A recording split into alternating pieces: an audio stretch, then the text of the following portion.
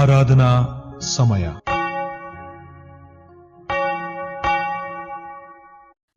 ಪ್ರಾರ್ಥನೆ ಮಾಡೋಣ.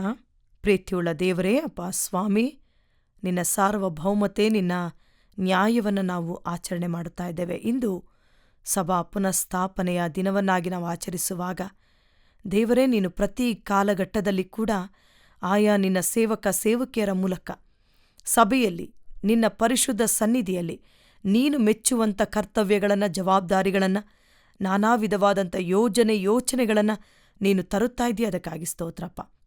ಅದನ್ನು ಸ್ವೀಕರಿಸುವುದಕ್ಕೆ ನಮಗೆ ಶಕ್ತಿ ಕೊಡು. ಹೃದಯವನ್ನು ವಿಶಾಲ ಮಾಡು. ಈ ನಿನ್ನ ವಾಕ್ಯದ ಮೂಲಕ ನಮ್ಮೊಂದಿಗೆ ನೀನು ಮಾತನಾಡಿ, ನಾವು ಇನ್ನಷ್ಟು ನಿನ್ನ ಸೇವೆಯಲ್ಲಿ ಕರ್ತನೆ ಸ್ಥಿರವಾಗಿ ನಿಂತು ನಿನ್ನ ಸನ್ನಿಧಿ ಸೇವೆ ಮಾಡುವ ಹಾಗೆ ನಮ್ಮನ್ನು ಬಲಪಡಿಸೆಂದು ಯೇಸು ನಾಮದಲ್ಲಿ ಬೇಡುತ್ತೇವೆ ನಮ್ಮ ಪ್ರೀತಿಯುಳ್ಳ ದೇವರೇ, ಆಮೇನ್. ನಮ್ಮ ಈ ಪರಿಶುದ್ಧವಾದ ಆರಾಧನೆಯನ್ನ ಆರಂಭ ಮಾಡುವ ಹಾಗೆ ಆರಂಭದ ಸಂಗೀತವನ್ನ ಹಾಡಿಕೊಳ್ಳೋಣ. ಸಂಗೀತ 366.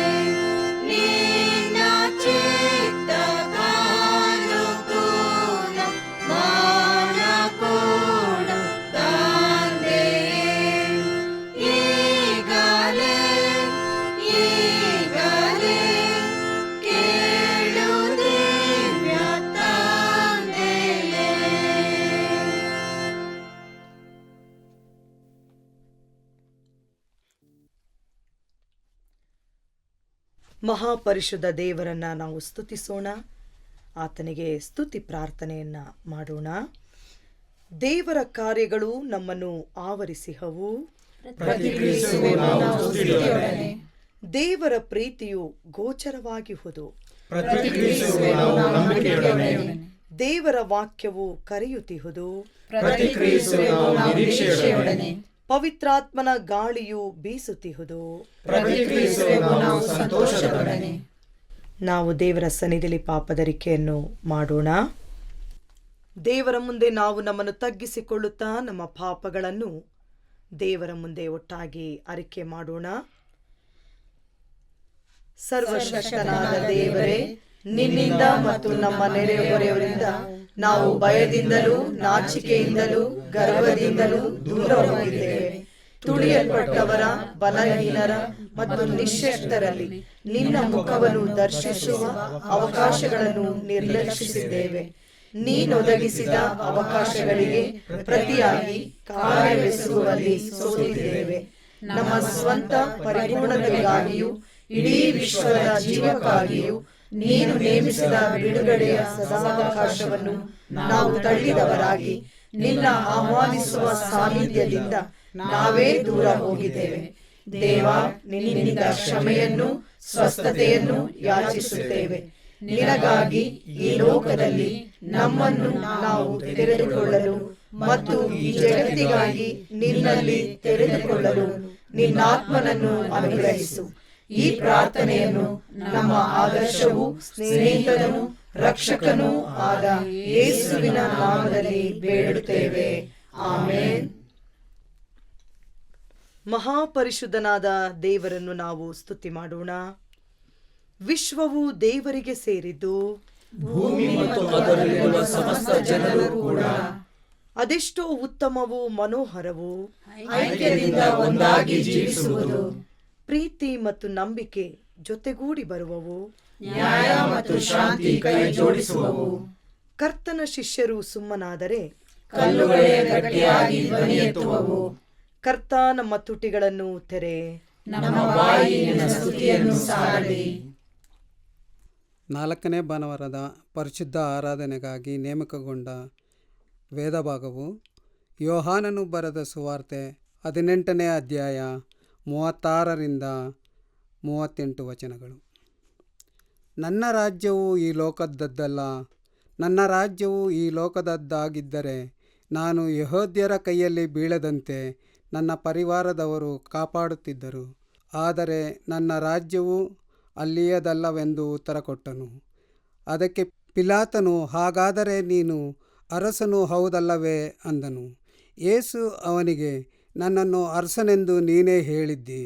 ನಾನು ಸತ್ಯದ ವಿಷಯದಲ್ಲಿ ಸಾಕ್ಷಿ ಹೇಳುವುದಕ್ಕೋಸ್ಕರ ಹುಟ್ಟಿದವನು. ಅದಕ್ಕೋಸ್ಕರವೇ ಈ ಲೋಕಕ್ಕೆ ಬಂದಿದ್ದೇನೆ. ಸತ್ಯಪರರೆಲ್ಲರೂ ನನ್ನ ಮಾತಿಗೆ ಕಿವಿಗೊಡುತ್ತಾರೆ ಎಂದು ಉತ್ತರ ಕೊಟ್ಟನು. ಪಿಲಾತನು, ಸತ್ಯವೆಂದರೇನು ಅಂದನು. ಇದನ್ನು ಹೇಳಿ ಪಿಲಾತನು ತಿರುಗಿ ಯೆಹೂದ್ಯರ ಬಳಿಗೆ ಹೊರಕ್ಕೆ ಬಂದು, ನನಗೆ ಅವನಲ್ಲಿ ಯಾವ ಅಪರಾಧವೂ ಕಾಣಿಸುವುದಿಲ್ಲ ಎಂಬುದೇ. ದೇವರನ್ನ ಸ್ತುತಿಸುವ ಹಾಗೆ ಸಂಕೀರ್ತನೆಯನ್ನ ಹಾಡಿಕೊಳ್ಳೋಣ.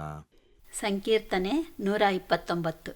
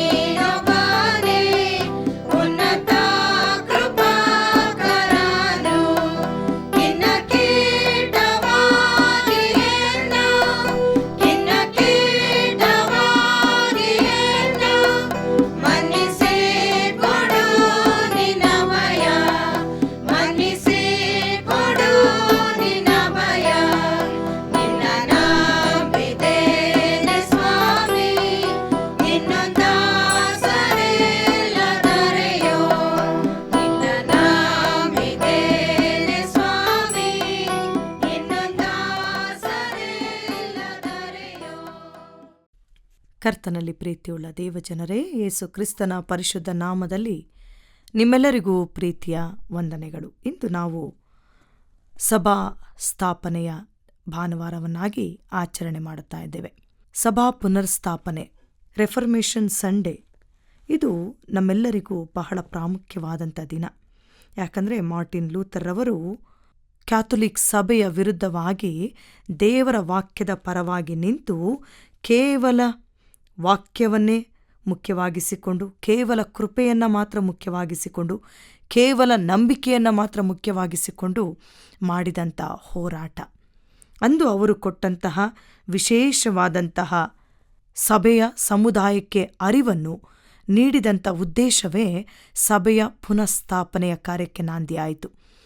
ಯಾವುದೇ ಸಭೆಯಾಗಲಿ ಅದರ ಪ್ರಾರಂಭದಲ್ಲಿ ಅದರಲ್ಲಿರುವಂಥ ನ್ಯೂನ್ಯತೆಗಳನ್ನು, ಬಲಹೀನತೆಗಳನ್ನು ದೇವರ ವಾಕ್ಯದ ಮೂಲಕ ಎತ್ತಿ ಹಿಡಿಯುತ್ತಾ ಅದನ್ನು ಖಂಡಿಸುವಾಗ, ಅದನ್ನು ಗದರಿಸುವಾಗ, ಅದನ್ನು ಸರಿಪಡಿಸುವಾಗ ದೇವರು ಅಲ್ಲಿದ್ದಾನೆಂಬುದರ ಅರ್ಥ. ಯೇಸು ಸ್ವಾಮಿ ಕೂಡ ಇಸ್ರಾಯೇಲ್ ಜನಾಂಗದ ಮಧ್ಯದಲ್ಲಿ ಬಂದು ಒಬ್ಬ ಯಹೂದ್ಯನಾಗಿ ಹುಟ್ಟಿ ಯಹೂದ್ಯ ಆಚರಣೆಗಳನ್ನು ಅನುಸರಣೆ ಮಾಡುವಾಗ ಅದರಲ್ಲಿ ಇದ್ದಂತಹ ಆಚರಣೆಗಳ ಮೂಲ ಉದ್ದೇಶವನ್ನೇ, ಆಚರಣೆಗಳಲ್ಲಿದ್ದಂತಹ ಮೂಲ ಕರ್ತವ್ಯವನ್ನೇ ಬದಿಗಿಟ್ಟು ತಮ್ಮ ಸ್ವಾರ್ಥ, ತಮ್ಮ ಇಷ್ಟದ ಪ್ರಕಾರ ಆಚರಣೆಗಳನ್ನು ಮಾಡುತ್ತಾ ಇದ್ದಂಥ ಶಾಸ್ತ್ರಿ ಪರಿಸಾಯರುಗಳನ್ನು ಯೇಸು ಸ್ವಾಮಿ ಖಂಡಿಸಿ ಮಾತನಾಡುತ್ತಾನೆ. ಇಂದು ಓದಿ ಕೇಳಿದಂಥ ವಾಕ್ಯ ಭಾಗದಲ್ಲಿ ಕೂಡ ಯೋಹಾನನ ಸುವಾರ್ತೆ 18ನೇ ಅಧ್ಯಾಯ ವಚನಗಳು 33ರಿಂದ 38ರಲ್ಲಿ ಇರುವಂಥ ಮಾತು. ಇಲ್ಲಿ ಪಿಲಾತ ಯೇಸುವನ್ನು ಪ್ರಶ್ನಿಸುತ್ತಾ ಇದ್ದಾನೆ. ಯೇಸುವನ್ನು ನ್ಯಾಯ ವಿಚಾರಣೆಗೆ ಒಳಪಡಿಸಿದಾಗ ಯೇಸುವನ್ನು ಕೇಳಿದಂಥ ಮಾತುಗಳು, ನೀನೊಬ್ಬ ಅರಸನು. ಯೇಸುವನ್ನು ಕೇಳಿದಂಥ ಪಿಲಾತನಿಗೆ ಸ್ವಾಮಿ ಕೊಟ್ಟಂಥ ಉತ್ತರ, ನನ್ನ ರಾಜ್ಯವು ಈ ಲೋಕದ್ದಲ್ಲ, ನನ್ನ ರಾಜ್ಯವು ಈ ಲೋಕದ್ದಾಗಿದ್ದರೆ ನಾನು ಯಹೂದ್ಯರ ಕೈಯಲ್ಲಿ ಬೀಳದಂತೆ ನನ್ನ ಪರಿವಾರದವರು ಕಾದಾಡುತ್ತಿದ್ದರು. ಆದರೆ ಇಲ್ಲಿ ಪಿಲಾತನಿಗೆ ಇದರ ಮೂಲಕ ಸಮಾಧಾನವಾಗಲಿಲ್ಲ. ಕೇಳುವಂಥ ಉತ್ತರ, ನೀನು ಅರಸನೂ ಹೌದಲ್ಲವೇ? ಯೇಸು ಹೇಳಿದಂಥ ಮಾತು, ನೀನು ಹೇಳಿದ್ದೆ. ನಾನು ಅರಸನಾಗಿದ್ದೇನೋ ಇಲ್ಲವೋ ಎನ್ನುವುದು ನನ್ನ ಬಾಯಿಂದಲ್ಲ, ನಿನ್ನ ಬಾಯಿಂದಲೇ ದೇವರು ತರಿಸಿದ್ದಾನೆ. ಆದರೆ ನಾನು ಸತ್ಯದ ವಿಷಯದಲ್ಲಿ ಸಾಕ್ಷಿ ಹೇಳುವುದಕ್ಕೋಸ್ಕರ ಹುಟ್ಟಿದವನು, ಅದಕ್ಕಾಗಿಯೇ ಈ ಲೋಕಕ್ಕೆ ಬಂದಿದ್ದೇನೆ ಎನ್ನುವಂಥ ಮಾತನ್ನು ಸ್ವಾಮಿ ಕೊಡ್ತಾ ಇದ್ದಾನೆ. ಸಭಾ ಪುನಃಸ್ಥಾಪನೆಯಲ್ಲಿ ಮುಖ್ಯವಾದಂತಹ ಪ್ರಕ್ರಿಯೆಯೇ ಸತ್ಯದ ವಿಷಯವನ್ನು ಹೇಳುವಂಥದ್ದು. ಪ್ರತಿ ಒಂದೊಂದು ಹಂತದಲ್ಲಿ, ಒಂದೊಂದು ಕಾಲಘಟ್ಟದಲ್ಲಿ ಕೂಡ ಸಭೆ ಈ ಪ್ರಕ್ರಿಯೆಗೆ ಒಳಗಾಯಿತು. ಇಂದು ನಮಗೆ ಕೊಟ್ಟಿರುವಂಥ ಮುಖ್ಯ ಶೀರ್ಷಿಕೆಯ ಮುಖ್ಯ ಉದ್ದೇಶವು ನಾವು ದೇವರ ಸಾರ್ವಭೌಮತೆಯನ್ನು, ನ್ಯಾಯವನ್ನು, ಶಾಂತಿಯನ್ನು ಆಚರಿಸುವಂಥ ದಿನ ಎಂಬುದಾಗಿ. ದೇವರೊಬ್ಬನೇ ಎಲ್ಲಕ್ಕೂ ಅಧಿಕಾರಿ, ದೇವರೊಬ್ಬನೇ ಅಧಿಕಾರವುಳ್ಳಂಥವನು, ದೇವರೊಬ್ಬನೇ ನ್ಯಾಯವನ್ನು ಮತ್ತು ಶಾಂತಿಯನ್ನು ಕೊಡುವವನು ಎಂಬುದಾಗಿ ದೇವರ ಮಾತನ್ನು ಮಾತನಾಡುವಂಥದ್ದೇ ಸಭಾ ಪುನಃಸ್ಥಾಪನದ ಮುಖ್ಯ ತಾತ್ಪರ್ಯ. ಇಲ್ಲಿ ಈ ವಾಕ್ಯ ಭಾಗದ ಮೂಲಕ ಯೇಸು, ಇಂದು ನನ್ನ ನಿಮ್ಮ ಜೀವನದಲ್ಲಿ ನಾವು ದೇವರಿಗೆ ಸಾರ್ವಭೌಮತೆಯನ್ನು ಕೊಟ್ಟಿದ್ದೇವೆಯೋ, ದೇವರ ನ್ಯಾಯದ, ದೇವರ ಪ್ರೀತಿಯ ಆಚರಣೆ ನಮ್ಮ ಜೀವನದಲ್ಲಿದೆಯೋ, ನಮ್ಮ ಸಭೆಗಳಲ್ಲಿ, ನಮ್ಮ ಆಚರಣೆಗಳಲ್ಲಿ, ನಮ್ಮ ಸಂಪ್ರದಾಯಗಳಲ್ಲಿ ನಾವು ದೇವರನ್ನು ಬೇರ್ಪಡಿಸುವ, ದೇವರನ್ನು, ದೇವಜನರನ್ನು ಒಂದು ಮಾಡುವಂಥ ಆಚರಣೆಗಳಿದೆಯೋ, ಅಥವಾ ದೇವರನ್ನು, ದೇವಜನರನ್ನು ದೂರ ಅಂತರವನ್ನು ಮಾಡುವಂಥ ಆಚರಣೆಗಳು ನಮ್ಮದಾಗಿವೆಯೋ. ಅಂದು ಮಾರ್ಟಿನ್ ಲೂಥರ್ ಅಂದಿನ ಪ್ರಸ್ತುತ ಸಭೆಯಲ್ಲಿದ್ದಂಥ ನಾನಾ ವಿಧವಾದಂತಹ ಆಚರಣೆಗಳನ್ನು ಪ್ರಶ್ನೆ ಮಾಡುತ್ತಾರೆ. ದೇವರಿಗೆ ನೇರವಾಗಿ ಸಂಪರ್ಕ ಮಾಡಬಹುದಾದಂಥ ಜನರಿಗೆ ತಮ್ಮ ಕಾಣಿಕೆಗಳ ಮೂಲಕ, ತಮ್ಮ ಪ್ರಾರ್ಥನೆಗಳ ಮೂಲಕ ಹೆಚ್ಚು ಹೆಚ್ಚು ಕಾಣಿಕೆ ಕೊಟ್ಟಾಗ ಪಾಪದಿಂದ ಬಿಡುಗಡೆ ಎನ್ನುವಂಥ ಸಂಪ್ರದಾಯಗಳಿಂದ ಮಾರ್ಟಿನ್ ಲೂಥರ್ ಬಿಡುಗಡೆ ಮಾಡುತ್ತಾರೆ. ಅವರು ಕೊಟ್ಟಂಥ ಅರಿವು, ಅಂದು ಅವರು ವಾಕ್ಯವನ್ನು ಓದಿ ವಾಕ್ಯದಲ್ಲಿದ್ದಂಥ ಸತ್ಯದ ಅರಿವನ್ನು ಅವರು ಗ್ರಹಿಸಿಕೊಂಡು ಆ ಸತ್ಯ ಎಲ್ಲರಿಗೂ ಕೂಡ ಗೊತ್ತಾಗಬೇಕು, ಇಡೀ ಸಭೆ ಅದನ್ನು ಅನುಭವ ಮಾಡಬೇಕೆಂಬುದಾಗಿ ಅದನ್ನು ಅವರು ಸಭೆಯ ಆಲಯದ ಮೇಲೆ ಬರೆದು ಹಾಕಿದರು. ಇಂದು ನಮ್ಮ ಪ್ರಸ್ತುತ ದಿನಮಾನಗಳಲ್ಲಿ ಕೂಡ ಇದೇ ಪ್ರಶ್ನೆ ಕ್ರಿಸ್ತನು ನನ್ನನ್ನು ನಿಮ್ಮನ್ನು ಕೇಳುತ್ತಾ ಇದ್ದಾನೆ. ನಾನು ಸತ್ಯದ ವಿಷಯದಲ್ಲಿ ಸಾಕ್ಷಿ ಕೊಡುವುದಕ್ಕಾಗಿ ಬಂದಿದ್ದೇನೆ, ನೀನು ಯಾವ ಕಾರ್ಯವನ್ನು ಮಾಡುತ್ತಾ ಇದ್ದಿ? ಪ್ರಸ್ತುತ ನಮ್ಮ ಸೇವೆಗಳಲ್ಲಿ ದೇವರ ಅಧಿಕಾರಕ್ಕೆ ಒಳಪಟ್ಟಂಥ ಸೇವೆ ನಮ್ಮದಾಗಿದೆಯೋ? ದೇವರ ನ್ಯಾಯ ನಮ್ಮ ಜೀವನದಲ್ಲಿದೆಯೋ? ದೇವರ ಶಾಂತಿ ನಮ್ಮಲ್ಲಿದೆಯೋ? ನಾವು ನಮ್ಮನ್ನು ಪರೀಕ್ಷಿಸಿಕೊಳ್ಳಬೇಕು. ಲೂಕ 4:18-19 ಯೇಸು ಈ ಲೋಕಕ್ಕೆ ಬಂದದ್ದೇ ಶ್ರಮೆ ಪಡುವುದಕ್ಕಾಗಿ, ಶ್ರಮೆ ಪಡುವ ಸೇವಕನಾಗಿ.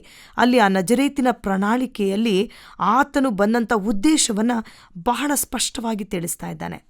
ಇಂದು ನಮ್ಮ ಸಭೆಗಳಲ್ಲಿ ಕೂಡ ಯೇಸು ಕ್ರಿಸ್ತನ ಇಷ್ಟಪಡುವ ಕಾರ್ಯಗಳು, ಇಷ್ಟಪಡುವ ಆಚರಣೆಗಳು ನಮ್ಮದಾದಾಗ ಮಾತ್ರ ಅಲ್ಲಿ ಸಭೆಗಳು ಸ್ಥಾಪನೆಗೊಂಡು ಪುನಃಸ್ಥಾಪನೆಯ ಪ್ರಕ್ರಿಯೆಗೆ ಒಳಗಾಗುತ್ತವೆ. ಪುನಃಸ್ಥಾಪನೆಯಾಗದೆ ಹೋದರೆ ನಾವು ಕೇವಲ ಪ್ರಾಪಂಚಿಕವಾದಂಥ ಕ್ರೈಸ್ತರಾಗಿರುತ್ತೇವೆಯೇ ಹೊರತು ನಿಜವಾಗಿಯೂ ಕ್ರಿಸ್ತನಲ್ಲಿ ಬೇರೂರಿದಂಥ ಕ್ರಿಸ್ತನವರಾಗಿರೋದಕ್ಕೆ ಸಾಧ್ಯವೇ ಇಲ್ಲ. ಪ್ರಿಯರೇ, ಈ ದಿವಸ ನನ್ನ ನಿಮ್ಮ ಸೇವೆಯ ಜೀವನದ ಮುಖ್ಯ ಆದ್ಯತೆ ಸತ್ಯವನ್ನು ಪ್ರಚುರಪಡಿಸುವಂಥದ್ದು. ಮತ್ತಾಯ 6:33 ವಾಕ್ಯ ಭಾಗ ಹೇಳುತ್ತದೆ, ಮೊದಲು ದೇವರ ರಾಜ್ಯಕ್ಕಾಗಿ ನೀತಿಗಾಗಿ ತವಕಪಡು. ಆದರೆ ಅದನ್ನು ಬಿಟ್ಟು ನಾವು ಅನೇಕ ವೇಳೆ ನಮ್ಮ ಪ್ರಪಂಚದ ಪ್ರಾಪಂಚಿಕ ಲೌಕಿಕವಾದಂಥ ವಿಷಯಗಳಿಗೆ ಒಳಗೊಂಡು ನಾವು ಸೇವೆ ಮಾಡುತ್ತಾ ಇದ್ದೇವೆ. ನೇರವಾಗಿ ಬರುವುದಾದರೆ ಸತ್ಯದ ಜೀವನವೇ ಏಸು ಮೆಚ್ಚುವಂಥ ಜೀವನ. ನ್ಯಾಯವನ್ನು ಆಚರಿಸುವಂಥ ಜೀವನವೇ ಏಸು ಮೆಚ್ಚುವಂಥ ಜೀವನ. ಪ್ರೀತಿಯನ್ನು, ಸಮಾಧಾನವನ್ನು ಕೊಡುವಂಥ ಜೀವನವೇ ಏಸು ಮೆಚ್ಚುವಂಥ ಜೀವನ. ಇಂದು ನಾವು ಈ ಕಾರ್ಯಗಳನ್ನು ಮಾಡುತ್ತಾ ಇದ್ದೇವೆಯೋ? ಏಸು ಕ್ರಿಸ್ತನು ಈ ಲೋಕಕ್ಕೆ ಬಂದದ್ದೇ ಸತ್ಯವನ್ನು, ನ್ಯಾಯವನ್ನು, ದೇವರ ರಾಜ್ಯವನ್ನು ನಮ್ಮ ಮಧ್ಯದಲ್ಲಿ ಸ್ಥಾಪಿಸುವುದಕ್ಕಾಗಿ. ಹಾಗಾದರೆ ನಾವು ಕ್ರಿಸ್ತನ ಅನುಸರಿಸುವಂಥ ಭಕ್ತರಾಗಿ ನಮ್ಮ ಜೀವನದ ನಿಲುವುಗಳೇನು? ನಾವು ಗಮನಿಸೋದಾದರೆ ಅಪೊಸ್ತಲರ ಕೃತ್ಯ 8:3 ಅಂದು ಮನೆ ಮನೆ ಹೊಕ್ಕು ಎಲ್ಲರನ್ನ ಹಿಂಸೆ ಪಡಿಸ್ತಾ ಇದ್ದಂಥ ಪೌಲ 9ನೇ ಅಧ್ಯಾಯದ 1ನೇ ವಚನಕ್ಕೆ ಕರ್ತನ ಶಿಷ್ಯರ ಮೇಲೆ ರೌದ್ರವುಳ್ಳವನಾಗಿದ್ದಂಥ ಪೌಲನನ್ನು ದೇವರು ಪುನಃಸ್ಥಾಪಿಸುತ್ತಾನೆ, ರೂಪಾಂತರಪಡಿಸುತ್ತಾನೆ. ಸತ್ಯದ ವಾಕ್ಯವನ್ನು ತಿಳಿದುಕೊಡುವುದಕ್ಕೆ ಅವನ ಕಣ್ಣುಗಳನ್ನು ತೆರೆಯುತ್ತಾನೆ. ದೇವರ ಕಾರ್ಯ ಯಾರನ್ನು ಯಾವಾಗ ಎಲ್ಲಿ ಬೇಕಾದರೂ ಬಡಿದೆಬ್ಬಿಸಬಹುದು ಪ್ರಿಯರೇ. ಅಂದು ಮಾರ್ಟಿನ್ ಲೂಥರ್ ಮಾಡಿದ ಹಾಗೆ, ಕ್ಯಾಲ್ವಿನ್ ರವರು ಮಾಡಿದ ಹಾಗೆ ಇಂದು ನನ್ನ ನಿಮ್ಮನ್ನು ಕೂಡ ಸ್ವಾಮಿ ಸತ್ಯದ ಪರವಾಗಿ, ಶಾಂತಿಯ ಪರವಾಗಿ, ನ್ಯಾಯದ ಪರವಾಗಿ ಕಾರ್ಯವನ್ನು ಮಾಡುವುದಕ್ಕಾಗಿ ಕರೆಯುತ್ತಾ ಇದ್ದಾನೆ. ನಾವು ಸಿದ್ಧರಾಗಿದ್ದೇವೆಯೋ? ನಾವು ದೇವರ ವಿಷಯದಲ್ಲಿ ನಂಬಿಗಸ್ಥರಾಗಿರುವಾಗ ದೇವರು ನಮ್ಮನ್ನು ಆರಿಸಿಕೊಳ್ಳುತ್ತಾನೆ ಪ್ರಿಯರೇ. ದೇವರ ಅಧಿಕಾರಕ್ಕೆ ಒಳಪಟ್ಟಂಥ ಜೀವನ ನಮ್ಮದಾದಾಗ ನಾವು ಕ್ರಿಸ್ತನ ಮಕ್ಕಳಾಗುತ್ತೇವೆ. ಕ್ರಿಸ್ತನ ನ್ಯಾಯ ಶಾಂತಿಯನ್ನು ಅನುಸರಿಸುವಂಥ ಜೀವನ ನಮ್ಮದಾದಾಗ ನಾವು ಪವಿತ್ರಾತ್ಮನಿಂದ ತುಂಬಿದವರಾಗಿ ಕ್ರಿಸ್ತನ ಮಹಿಮೆಗಾಗಿ ಜೀವಿಸುವುದಕ್ಕಾಗಿ ಆರಿಸಿಕೊಡುತ್ತೇವೆ. ಇಂಥ ಕಾರ್ಯಗಳನ್ನು ಮಾಡುವುದಕ್ಕೆ ಈ ವಾಕ್ಯಗಳು ನಮ್ಮನ್ನು ಬಲಪಡಿಸಲಿ. ದೇವರ ಸಾರ್ವಭೌಮತೆ, ದೇವರೊಬ್ಬನೇ ಹೊರತು, ದೇವರ ಅಧಿಕಾರ ಹೊರತು ಇನ್ಯಾವುದೂ ಇಲ್ಲ. ದೇವರು ಮೆಚ್ಚುವಂಥ ನ್ಯಾಯದ ಜೀವನ, ದೇವರು ಮೆಚ್ಚುವಂಥ ಶಾಂತಿಯ ಜೀವನ ನಮ್ಮದಾಗಲಿ. ನಮ್ಮ ಕುಟುಂಬ, ನಮ್ಮ ವೈಯಕ್ತಿಕ ಜೀವನ, ನಮ್ಮ ಸಭೆಯ ಸಮುದಾಯಗಳಲ್ಲಿ ದೇವರ ಸಾರ್ವಭೌಮತೆ, ದೇವರ ನ್ಯಾಯ, ದೇವರ ಶಾಂತಿ ಆಳ್ವಿಕೆ ಬರುವ ಹಾಗೆ ನಾವು ಪ್ರಾರ್ಥಿಸೋಣ. ಇದಕ್ಕಾಗಿ ದುಡಿಮೆ ಮಾಡಿದಂಥ ಎಲ್ಲ ಸಭಾ ಪಿತೃಗಳಿಗಾಗಿ, ಮಾತೃಗಳಿಗಾಗಿ, ಸಭಾ ಸೇವಕ ಸೇವಕಿಯರಿಗಾಗಿ, ಇಂದು ಕೂಡ ರೂಪಾಂತರದ ಕಾರ್ಯಗಳಲ್ಲಿ ತೊಡಗಿರುವಂಥ ದೇವ ಜನರಿಗಾಗಿ ದೇವರಲ್ಲಿ ಪ್ರಾರ್ಥಿಸೋಣ. ದೇವರ ಮಹಿಮೆಗಾಗಿ ಈ ವಾಕ್ಯಗಳು ಹಂಚಲ್ಪಡಲಿ. ಕ್ರಿಸ್ತನು ಅಭಿವೃದ್ಧಿಯಾಗಲಿ, ನಾನು ಕಡಿಮೆಯಾಗಲಿ. ಆಮೇನ್. ನಾವು ಕೇಳಿದ ವಾಕ್ಯದ ಹಿನ್ನೆಲೆಯಲ್ಲಿ ನಾವು ನಮ್ಮ ವಿಶ್ವಾಸವನ್ನು ಒಟ್ಟಾಗಿ ಐಕ್ಯತೆಯಿಂದ ಅರಿಕೆ ಮಾಡೋಣ. ಪರಲೋಕ ಭೂಲೋಕಗಳನ್ನು ಸೃಷ್ಟಿಸಿದ ಸರ್ವಶಕ್ತನಾಗಿರುವ ತಂದೆಯಾದ ದೇವರನ್ನು ನಂಬುತ್ತೇನೆ. ಆತನ ಏಕಕುಮಾರನಾಗಿರುವ ನಮ್ಮ ಪ್ರಭುವಾದ ಯೇಸು ಕ್ರಿಸ್ತನನ್ನು ನಂಬುತ್ತೇನೆ. ಈತನು ಪರಿಶುದ್ಧಾತ್ಮನಿಂದ ಕನ್ಯಾಮರಿಯಳ ಗರ್ಭದಲ್ಲಿ ಧರಿಸಲ್ಪಟ್ಟು ಆಕೆಯಲ್ಲಿ ಹುಟ್ಟಿ ಪೊಂತಿ ಪಿಲಾತನ ಆಧಿಪತ್ಯದಲ್ಲಿ ಶ್ರಮೆ ಹೊಂದಿ ಶಿಲುಬೆಗೆ ಜಡಿಯಲ್ಪಟ್ಟು ಸತ್ತು ಹೂಣಲ್ಪಟ್ಟು ಪಾತಾಳಕ್ಕೆ ಇಳಿದು 3ನೇ ದಿನದಲ್ಲಿ ಸತ್ತವರೊಳಗಿಂದ ಎದ್ದು ಪರಲೋಕಕ್ಕೆ ಏರಿ ಹೋಗಿ ಸರ್ವಶಕ್ತನಾಗಿರುವ ತಂದೆಯಾದ ದೇವರ ಬಲಪಾರ್ಶ್ವದಲ್ಲಿ ಕುಳಿತುಕೊಂಡಿರುತ್ತಾನೆ. ಈತನು ಅಲ್ಲಿಂದ ಬಂದು ಬದುಕಿರುವವರಿಗೂ ಸತ್ತವರಿಗೂ ನ್ಯಾಯ ತೀರಿಸುವನು ಎಂಬುದನ್ನು ನಂಬುತ್ತೇನೆ. ನಾನು ಪರಿಶುದ್ಧಾತ್ಮನನ್ನು ನಂಬುತ್ತೇನೆ. ಒಂದೇ ಪರಿಶುದ್ಧ ಕ್ರೈಸ್ತ ಸಭೆಯು, ಭಕ್ತರ ಅನ್ಯೋನ್ಯತೆಯು, ಪಾಪದ ಪರಿಹಾರವು, ದೇಹದ ಪುನರುತ್ಥಾನವು, ನಿತ್ಯ ಜೀವವೂ ಉಂಟೆಂಬುದನ್ನು ನಂಬುತ್ತೇನೆ. ಆಮೆನ್. ನಮ್ಮ ಆರಾಧನೆಯನ್ನ ಅಂತ್ಯಗೊಳಿಸುವ ಹಾಗೆ ಕಡೆಯ ಸಂಗೀತವನ್ನ ಹಾಡಿಕೊಳ್ಳೋಣ. ಸಂಗೀತ 51.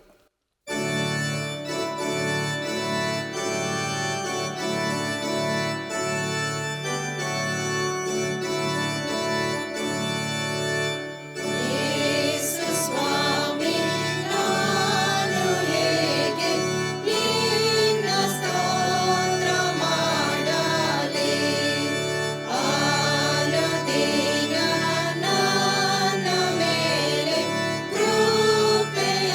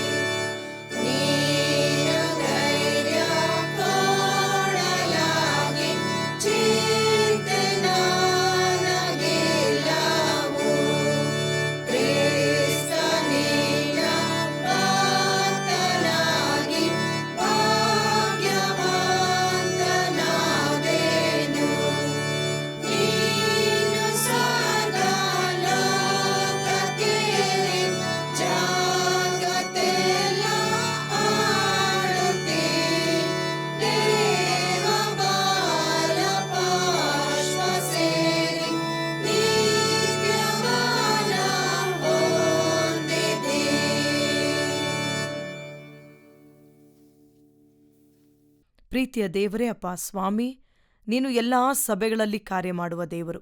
ಎಲ್ಲ ಕಾಲಘಟ್ಟಗಳಲ್ಲಿ ನೀನು ನಿನ್ನ ಚಿತ್ತವನ್ನು ನೆರವೇರಿಸುವ ದೇವರು. ನಿನ್ನ ಸಾರ್ವಭೌಮತೆ, ನಿನ್ನ ಸತ್ಯ ಪ್ರವಚನ, ನಿನ್ನ ಸತ್ಯದ ಕಾರ್ಯಗಳಿಗಾಗಿ ಸ್ತೋತ್ರ ಸ್ವಾಮಿ. ಅಂದು ಕರ್ತ ಪುನಃಸ್ಥಾಪನೆಯನ್ನು ಮಾಡಿ ಸಭೆಯಲ್ಲಿ ಒಂದು ರೂಪಾಂತರ ಮಾಡಿ ನಿನ್ನ ಸೇವಕರಾದಂಥ ಮಾರ್ಟಿನ್ ಲೂಥರ್ ಕ್ಯಾಲ್ವಿನ್ ರವರ ಮೂಲಕ ಹಾಗೂ ಮುಂದೆ ಬಂದಂಥ ಅನೇಕ ನಿನ್ನ ಸಭಾ ನಾಯಕಿಯರ ಮೂಲಕ ಕರ್ತನೆ ಸಭೆಯನ್ನು ನೀನು ಬಲಪಡಿಸಿದ್ದಿ, ರೂಪಾಂತರಪಡಿಸಿದ್ದಿ, ನೀನು ತಿದ್ದಿ ತೀಡಿದ್ದಿ. ಅದಕ್ಕಾಗಿ ಸ್ತೋತ್ರ. ಇಂದು ಕೂಡ ಕರ್ತನೆ ನಮ್ಮ ಎಲ್ಲ ವರ್ಗದ ಸಭೆಗಳಲ್ಲಿ ನೀನು ಕಾರ್ಯ ಮಾಡು. ನಿನ್ನ ಚಿತ್ತ ನೆರವೇರಲಿ, ನಿನ್ನ ರಾಜ್ಯ ಬರಲಿ, ನೀನು ಮೆಚ್ಚುವಂಥ ಕಾರ್ಯಗಳು, ನಿನ್ನ ಸತ್ಯವಾಕ್ಯದ ಆಚರಣೆಗಳು ಎಲ್ಲೆಡೆಯೂ ನಡೆಯುವ ಹಾಗೆ ಅದಕ್ಕಾಗಿ ಪ್ರತಿಸ್ಪಂದಿಸುವ ಹೋರಾಟ ಮಾಡುವಂಥ ನಿನ್ನ ದೇವ ಸೇವಕ ಸೇವಕಿಯರನ್ನು ಸಭೆಯವರನ್ನು ನೀನು ಆಶೀರ್ವಾದ ಮಾಡಿ ಎಲ್ಲರ ಹೃದಯಗಳಲ್ಲಿ ವಿಶಾಲವಾದಂಥ ಮನಸ್ಸನ್ನು, ಎಲ್ಲರನ್ನ ಪ್ರೀತಿಸುವ, ಎಲ್ಲರನ್ನ ಗೌರವಿಸುವ ಯೇಸುವಿನ ಮನಸ್ಸನ್ನು ಕೊಟ್ಟು ಕಾಪಾಡಿ ನಿನ್ನ ಮಹಿಮೆಗಾಗಿ ಇಡೀ ನಿನ್ನ ಸೇವಾ ಕ್ಷೇತ್ರವನ್ನು ಆಶೀರ್ವಾದ ಮಾಡೆಂದು ಯೇಸು ನಾಮದಲ್ಲಿ ಬೇಡುತ್ತೇವೆ ನಮ್ಮ ಪ್ರೀತಿಯುಳ್ಳ ದೇವರೇ, ಆಮೇನ್. ನಾವೆಲ್ಲರೂ ಒಟ್ಟಾಗಿ ಕರ್ತನು ಕಲಿಸಿದ ಪ್ರಾರ್ಥನೆಯನ್ನ ಅರಿಕೆ ಮಾಡೋಣ. ಪರಲೋಕದಲ್ಲಿರುವ ನಮ್ಮ ತಂದೆಯೇ, ನಿನ್ನ ನಾಮವು ಪರಿಶುದ್ಧವೆಂದು ಎಣಿಸಲ್ಪಡಲಿ, ನಿನ್ನ ರಾಜ್ಯವು ಬರಲಿ, ನಿನ್ನ ಚಿತ್ತವು ಪರಲೋಕದಲ್ಲಿ ನೆರವೇರುವ ಪ್ರಕಾರ ಭೂಲೋಕದಲ್ಲಿಯೂ ನೆರವೇರಲಿ. ನಮ್ಮ ಅನುದಿನದ ಆಹಾರವನ್ನು ಇವತ್ತು ದಯಪಾಲಿಸು. ನಮಗೆ ತಪ್ಪು ಮಾಡಿದವರನ್ನು ನಾವು ಕ್ಷಮಿಸುವಂತೆ ನಮ್ಮ ತಪ್ಪುಗಳನ್ನು ಕ್ಷಮಿಸು. ನಮ್ಮನ್ನು ಶೋಧನೆಯೊಳಗೆ ಸೇರಿಸದೆ ಕೇಡಿನಿಂದ ನಮ್ಮನ್ನು ತಪ್ಪಿಸು. ರಾಜ್ಯವು, ಬಲವು, ಮಹಿಮೆಯು ಸದಾ ಕಾಲವು ನಿನ್ನವೇ ಸ್ವಾಮಿ, ಆಮೇನ್. ದೇವರ ಆಶೀರ್ವಾದವನ್ನು ಹೊಂದಿಕೊಳ್ಳೋಣ. ಲೋಕದೊಳಗೆ ಧೈರ್ಯವಾಗಿ ಹೋಗಿರಿ, ನಾನು ನಿಮ್ಮೊಂದಿಗಿದ್ದೇನೆ ಎಂಬುವಂಥ ಅಭಯವಚನವನ್ನು ಕೊಟ್ಟಂಥ ಯೇಸು ಕ್ರಿಸ್ತನ ಕೃಪೆಯು, ತಂದೆಯಾದಂಥ ಪ್ರೀತಿಯ ಮೂಲಕ ತನ್ನ ಮಗನನ್ನೇ ನಮಗೆ ಕೊಟ್ಟು ಅನುದಿನವೂ ನಮ್ಮನ್ನು ಕ್ರಿಸ್ತನ ಮೂಲಕ ಪರಿಪಾಲಿಸುವ ತಂದೆಯಾದ ದೇವರ ಪ್ರೀತಿಯು, ಪವಿತ್ರಾತ್ಮನಾಗಿ ನಮ್ಮನ್ನು ಅನುಕ್ಷಣವೂ ಕಾಯ್ದು ಕಾಪಾಡುತ್ತಾ ನಮ್ಮನ್ನು ಬಲಪಡಿಸುವಂಥ ಪವಿತ್ರಾತ್ಮನ ಅನ್ಯೋನ್ಯತೆ ನಡೆಸುವಿಕೆಯು ಎಲ್ಲ ವರ್ಗದ ಎಲ್ಲ ಸಭೆಯ ಸಂಗಡ ಇದ್ದುಕೊಂಡು, ಎಲ್ಲ ಸೇವೆಯ ಸಂಗಡ ಇದ್ದುಕೊಂಡು ಕ್ರಿಸ್ತನ ಮಹಿಮೆಗಾಗಿ ಕ್ರಿಸ್ತನಿಗೋಸ್ಕರವೇ ನಮ್ಮನ್ನು ಕಾಯ್ದು ಕಾಪಾಡಲಿ. ಆಮೇನ್.